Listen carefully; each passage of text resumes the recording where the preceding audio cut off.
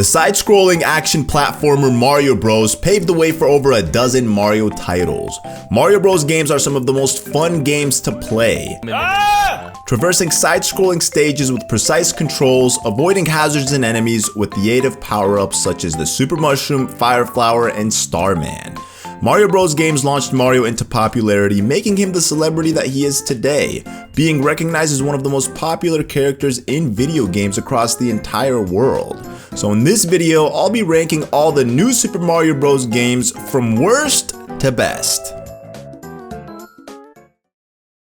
So let's talk about New Super Mario Bros. 2, released for Nintendo 3DS. I was really excited about this one. Being a huge fan of Super Mario Bros. 3, New Super Mario Bros. 2 brings back Raccoon Mario, the P-meter, and the Kooplings, which were all based on Super Mario Bros. 3. Nintendo also added a new focus to the game, collecting 1 million coins. The Gold Flower is the newest item to debut in the new Super Mario Bros. Series. In this form, Mario and Luigi throw gold and silver fireballs which turn any brick block into coins, as well as the addition of golden enemies that literally serve you coins. There's also a blockhead power-up that gives you coins depending on your speed.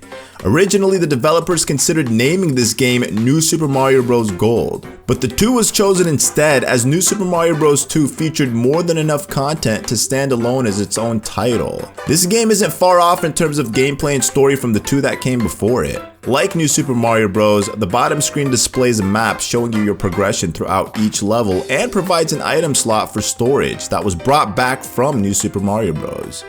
The game has a total of 9 worlds, 6 main worlds and 3 special worlds. 6 of them were numbered, while the other 3 worlds are titled after power-ups, Mushroom Flower and Star World. They're accessible by taking the specific canon to those worlds.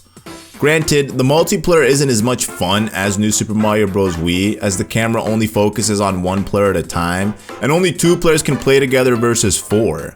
One of my favorite additions to New Super Mario Bros. 2 is Coin Rush mode. Players collect as many coins as possible in 3 randomly selected levels. Nintendo also released 10 downloadable course packs to keep you coming back and farming for coins.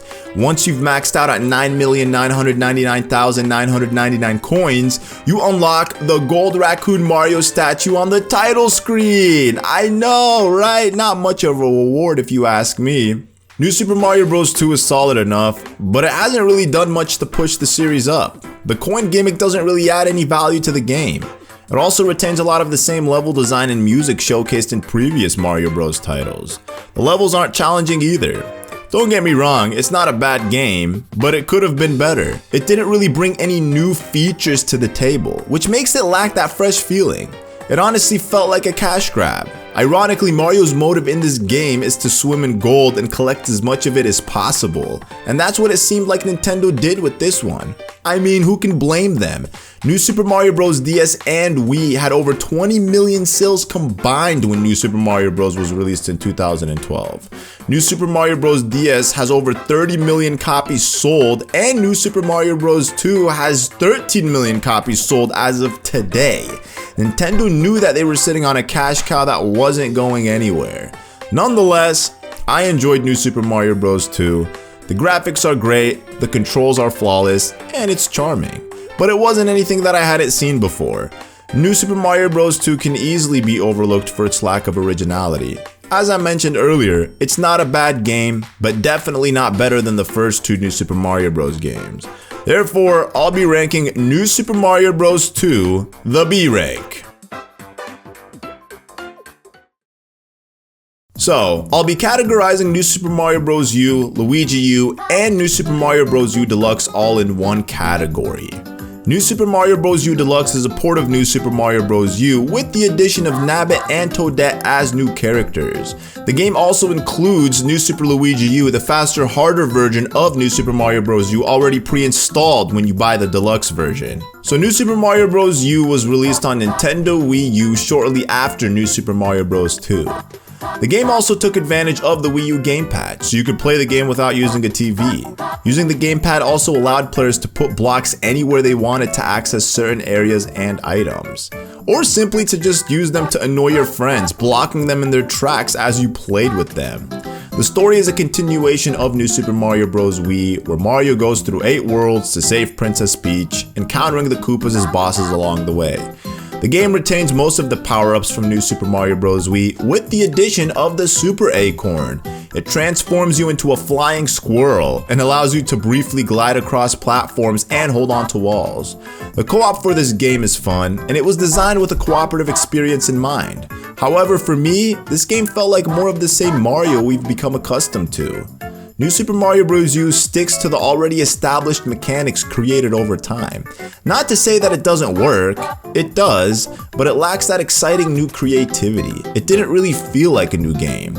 The game just doesn't have as much originality as New Super Mario Bros. Wii. Don't get me wrong, the game looks great in HD. Although I felt like some of the backgrounds were a tad boring, the controls were great, especially playing it with a Wii U Pro controller, and the levels were enjoyable and somewhat challenging. The multiplayer is fun as well as the other modes to explore. Nintendo obviously went for something that already works. There's nothing that sets it apart from its predecessors. As the saying goes, if it ain't broke, don't fix it. New Super Mario Bros. U may not be the most innovative Mario platformer, but it's still incredibly polished and a lot of fun nonetheless. Once breezing through the main game, you can play through Luigi U with over 80 new levels that are actually challenging. Definitely an added bonus for fans of Mario platformers who want to amp up the difficulty. Overall, New Super Mario Bros. U was a good game, but it's not my favorite of the bunch. Therefore, I'll be ranking it the A rank.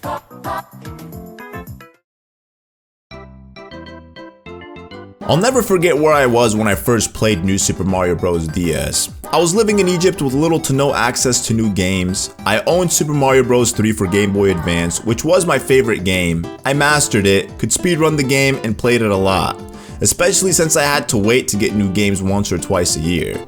So it was one of those times my father was returning to Egypt from America, and when he arrived, he brought with him a Nintendo DS Lite and New Super Mario Bros. DS. The joy I felt holding the colorful box of New Super Mario Bros. DS excited me to pop it into the all-new slick Onyx Black DS Lite, which was absolutely stunning. I pop the cartridge in and load up the game, wondering how they'll incorporate the touchscreen with the game and how similar it'll be to other Mario Bros. Titles. Well, I was blown away, realizing that there are these golden collectibles known as star coins made exploring levels and wanting to explore them so much more fun. I lived to 100% games back in the day. Star coins were just the first of a few new things introduced to the New Super Mario Bros. Titles.